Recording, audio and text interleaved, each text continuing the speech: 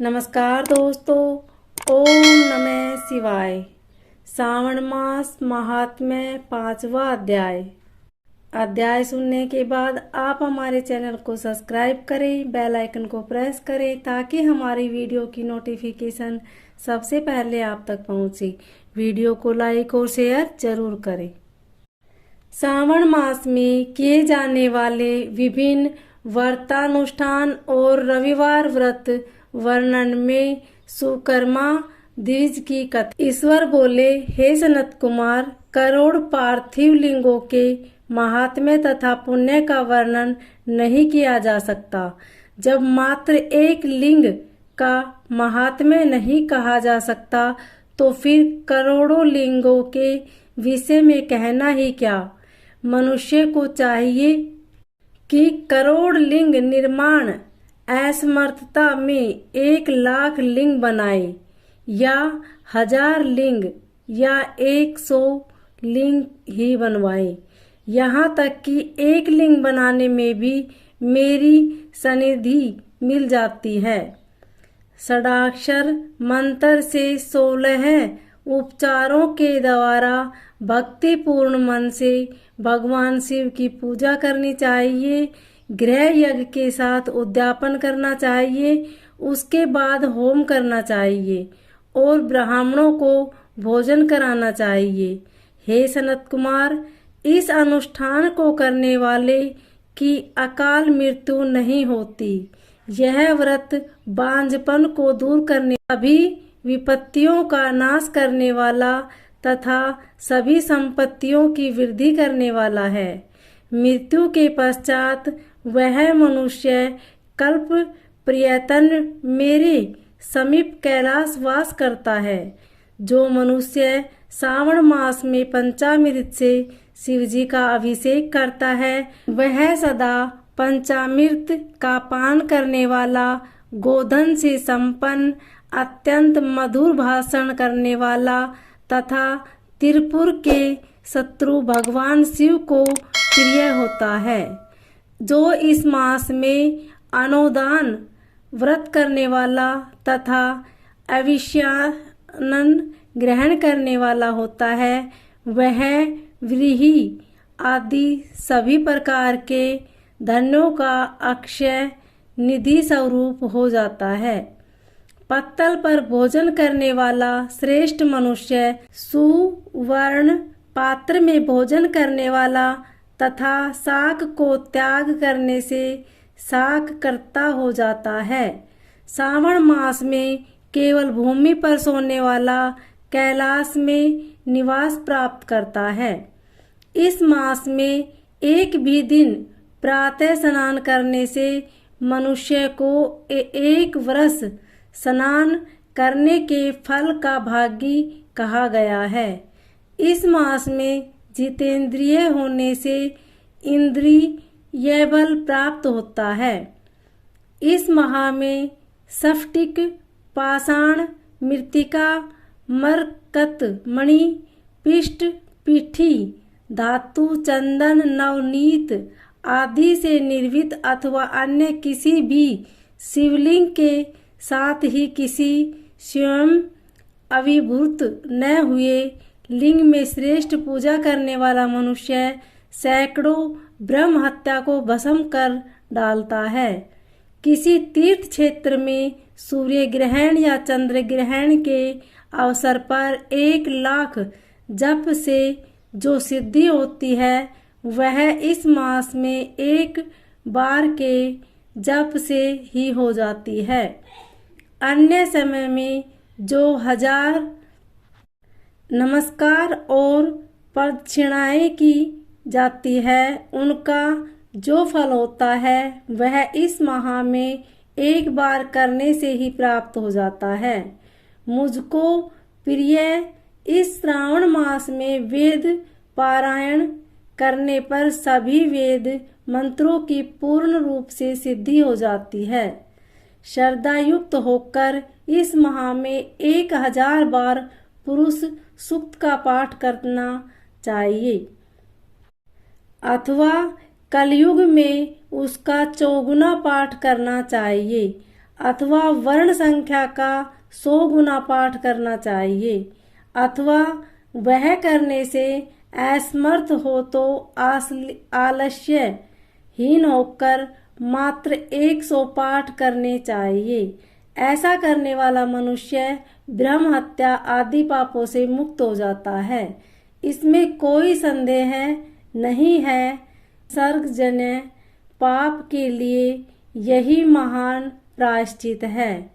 इसके समान पुण्यप्रद, पवित्र तथा पापनाशक कुछ भी नहीं है। पुरुष सूक्त के जप के बिना इस माह में एक भी दिन व्यतीत नहीं करना चाहिए। जो मनुष्य इस फल को अर्थवाद कहता है वह नरकगामी होता है। इस महीने में समिधा, चारु, तिल और घृत से गृह यज्ञ होम करना चाहिए। शिव के रूपों का भली भांति ध्यान आदि करके धूप, गंध, पुष्प, नैवेद्य आदि से पूजन करना चाहिए और अपने सामर्थ्य के अनुसार कोटि होम, लक्ष होम अथवा 10 सहस्त्र होम कराना चाहिए। व्याहृदित्यो आहुत्यो ओम भूम ओम भवः ओम स्वः के साथ तिलों के द्वारा भी यह गृह यज्ञ नामक होम किया जाता है। हे सनत कुमार, इसके बाद अब मैं वारों के व्रतों का वर्णन करूंगा, आप सुनिए। हे अनंग, उनमें सर्वप्रथम मैं आपको रविवार का व्रत बताऊंगा। इस संबंध में लोग एक प्राचीन इतिहास को कहते हैं। प्रतिष्ठानपुर में सुकर्मा नामक एक द्विज था। वह दरिद्र, कृपण तथा भिक्षावृत्ति में लगा रहता था। एक बार वह धान्य मांगने के लिए घूमते घूमते नगर में गया। उसने किसी एक गृहस्थ के घर में मिलकर रविवार का उत्तम व्रत करती हुई स्त्रियों को देखा। तब उसे देखकर वे स्त्रियां परस्पर कहने लगी कि इस पूजा विधि को शीघ्रता पूर्वक छिपा लो। इस पर वह विप्र उन स्त्रियों से बोला, हे श्रेष्ठ स्त्रियों, आप लोग इस व्रत को क्यों छिपा रही हैं? समान चित्त वाले सज्जनों के लिए परमार्थ ही स्वार्थ है। मैं दरिद्र तथा दुखी हूँ। इस श्रेष्ठ व्रत को सुनकर मैं भी इसे करूँगा। अतः आप लोग इस व्रत का विधान व फल अवश्य बताएं। स्त्रियां बोली, हे द्विज, इस व्रत के करने उन्माद तथा प्रमाद करेंगे, अथवा भूल जाएंगे, अथवा इसके प्रति उपभक्त अनास्था रखने लगेंगे। अतः आपको यह व्रत कैसे बताऊं? उनकी यह बात सुनकर उनमें जो एक प्रौढ़ा स्त्री थी वह उस ब्राह्मण से व्रत तथा व्रत की विधि बताने लगी। हे ब्राह्मण, श्रावण मास के शुक्ल पक्ष में प्रथम रविवार को मौन होकर उठ करके शीतल जल से स्नान करें। उसके बाद आप अपना नित्य कर्म संपन्न करके पान के एक शुभ दल पर चंदन से सूर्य के समान पूर्ण गोलाकार 12 परिधियों वाला सुंदर मंडल बनवाए। उस मंडल में रक्त चंदन से संज्ञा सहित सूर्य का पूजन करें। उसके बाद घुटनों के बल भूमि पर झुककर 12 मंडलों पर अलग अलग रक्त चंदन तथा जपा कुसुम से मिश्रित अर्घ्य श्रद्धा भक्ति पूर्वक सूर्य को विधिवत प्रदान करें और लाल अक्षत, जपा कुसुम तथा अन्य उपचारों से पूजन करें। उसके बाद मिश्रित से युक्त नारिकेल के बीज का नैवेद्य अर्पित करके आदित्य मंत्रों से सूर्य की स्तुति करें और श्रेष्ठ 12 मंत्रों से 12 नमस्कार तथा प्रदक्षिणाएं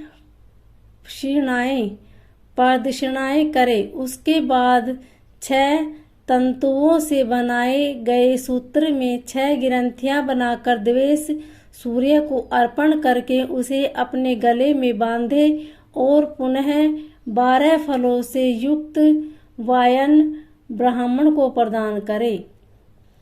इस व्रत की विधि को किसी के सामने नहीं सुनाना चाहिए। हे विप्र, इस विधि से व्रत के लिए किए जाने पर धनहीन व्यक्ति धन प्राप्त करता है, पुत्रहीन पुत्र प्राप्त करता है, कोढ़ से मुक्त हो जाता है, बंधन में पड़ा व्यक्ति बंधन से छूट जाता है, रोगी व्यक्ति रोग से मुक्त हो जाता है। हे विप्रे, अधिक कहने से क्या प्रयोजन। साधक जिस जिस अभिष्ट की कामना करता है वह इस व्रत के प्रभाव से उसे मिल जाता है। इस प्रकार श्रावण के 4 रविवारों तथा कभी कभी 5 रविवारों में इस व्रत को करना चाहिए। इसके बाद व्रत की संपूर्णता के लिए उद्यापन करना चाहिए। हे विपेंद्र, आप भी इसी प्रकार करें, इससे आपकी सभी कामनाओं की सिद्धि हो जाएगी। उसके बाद उन पतिव्रताओं को नमस्कार करके वह ब्राह्मण अपने घर आ गया। उसने जैसा सुना था उसी विधि से उस संपूर्ण व्रत को किया और अपनी दोनों पुत्रियों को भी वह विधि सुनाई। उस व्रत के सुनाने मात्र से शिवजी के दर्शन से तथा उनके पूजन के प्रभाव से देवांगनाओं के सदृश हो गई। उस समय से उस ब्राह्मण के घर में लक्ष्मी ने प्रवेश किया और वह अनेक उपायों तथा निमित्तों से धनवान हो गए। किसी दिन उस नगर के राजा ने ब्राह्मण के घर से होकर राजमार्ग से जाते समय खिड़की में कड़ी उन दोनों सुंदर तथा अनुपेय कन्याओं को देख लिया। तीनों लोकों में कमल, चंद्रमा आदि जो भी सुंदर वस्तुएं हैं उन्हें वे दोनों कन्याएं अपने शरीर के अवयवों से तिरस्कृत कर रही है। उन्हें देखकर राजा मोहित हो गए और क्षण भर के लिए वहीं खड़े हो गए। ब्राह्मण को शीघ्र बुलाकर उन्होंने दोनों कन्याओं को मांग लिया। तब उस ब्राह्मण ने भी हर्षित होकर दोनों कन्याएं राजा को प्रदान कर दी। उस राजा को पति रूप प्राप्त करके वे कन्याएं भी प्रसन्न हो गई। वे स्वयं इस व्रत को करने लगी और पुत्र पौत्र आदि से संपन्न हो गई। हे मुने, महान ऐश्वर्य देने वाले इस व्रत को मैंने आपसे कह दिया। हे विधि नंदन, जिस व्रत के श्रावण मास मात्र से मनुष्य सभी मनोरथ को प्राप्त कर लेता है, उसके अनुष्ठान करने के फल का वर्णन कैसे किया जाता है।